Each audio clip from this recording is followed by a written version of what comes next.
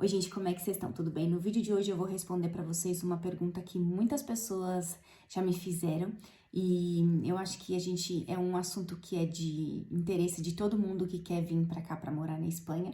E a pergunta é essa: é muito difícil encontrar um apartamento ou uma casa para alugar aí na Espanha? É difícil o aluguel na Espanha? Encontrar uma casa em si não é difícil. Procurei em todas as cidades que são as principais cidades, existem sim muitos apartamentos para alugar. O que é mais difícil, o que pode ser mais difícil é fazer esse contrato, não é? Esse contrato de aluguel. Será que eu vou conseguir? Muitas pessoas podem ter essa dúvida. Será que eu vou conseguir, conseguir fazer um contrato de aluguel? Claro que para você conseguir assinar, não é? Realizar um contrato de aluguel, você tem que. A primeira situação é que você esteja legal aqui na Espanha. É impossível você conseguir fazer, alugar um apartamento, alugar uma casa, enfim, se você não tá aqui de uma forma legal. Esse é o primeiro documento que é imprescindível. Eu vou falar para vocês sobre alguns documentos que são sim imprescindíveis e outros que muitas vezes, dependendo da situação, podem ou não serem exigidos. O primeiro é esse, não é? O NIE, como se chama aqui, que é esse documento que comprova que a gente é estrangeiro, mas que a gente está aqui de uma forma legal. Se você não tem essa documentação, é muito difícil, praticamente impossível que você consiga um aluguel.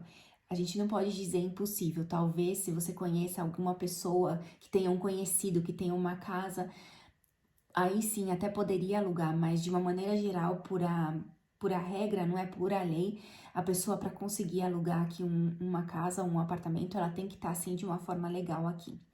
O outro requisito que também é indispensável é o contrato de trabalho. Você tem que juntar quando você for apresentar, não é a documentação, né, na imobiliária, esse contrato de trabalho.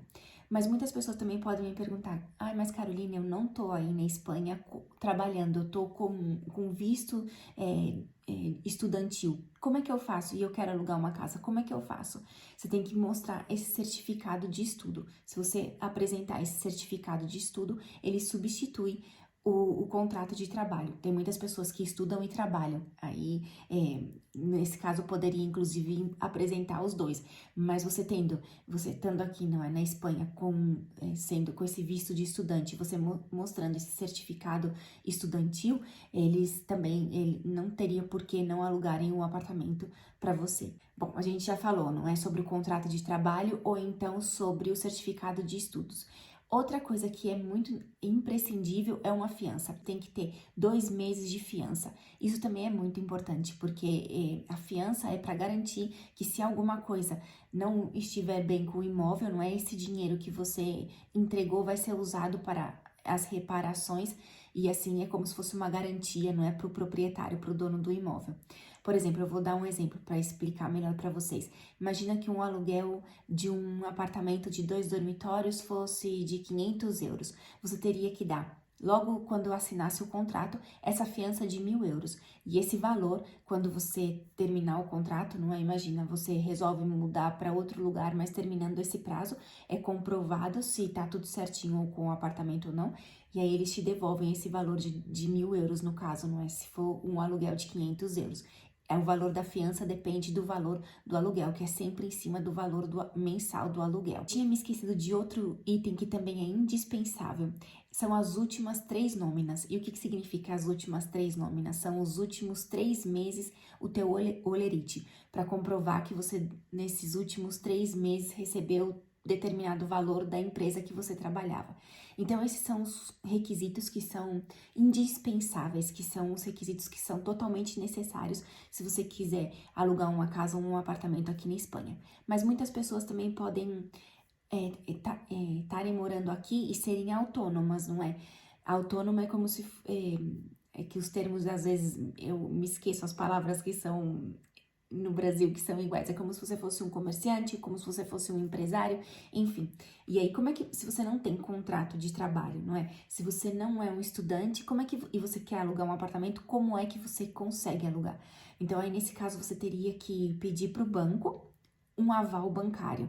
E o que seria esse aval bancário? Aval bancário é um documento onde o banco se compromete a pagar durante um ano inteiro, não é? No caso, se for, porque o aval é sempre a cada ano, ele tem que ser renovado a cada ano. Então, o banco se compromete de pagar caso o inquilino não pague. Claro que para existir esse aval bancário, a pessoa tem que ter uma quantia considerada, não é, no banco, porque o banco não vai se submeter a ficar obrigado a pagar um aluguel de uma pessoa que tenha pouco dinheiro. Então, esse caso dessa situação do aval bancário, às vezes é um pouco complicada, mas às vezes alguns proprietários também exigem isso. Mas não é um requisito obrigatório, então o inquilino, ele pode alegar, mas isso não é obrigatório, eu não tenho como ter esse aval bancário. É muito forte, não é? Quando a pessoa apresenta um aval bancário, o proprietário fica sossegado porque sabe que vai receber aquele dinheiro sim ou sim durante aquele ano, porque se o inquilino não paga, quem paga é o banco. Então, para muitas pessoas é uma solução, se você não tem um contrato de trabalho e se você não tá aqui como estudante, o caso seria você conversar com o gerente do banco e propor essa situação, se o banco poderia fazer esse aval bancário para você conseguir alugar aqui um apartamento. Outra situação também que eles pedem muitas vezes e esse não é obrigatório, é a declaração do imposto de renda. Então, as pessoas juntam, não é?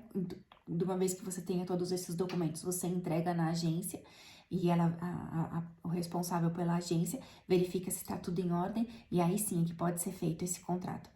E em algumas situações também as pessoas exigem, algumas agências ou até o proprietário, referências, não é, do inquilino em relação a outros aluguéis. Mas isso também como se fossem cartas que dissessem que a pessoa tinha sido um bom inquilino, que ela tinha se comportado bem, que ela não tinha deteriorado nenhum objeto, mas isso também não é um requisito que é obrigatório.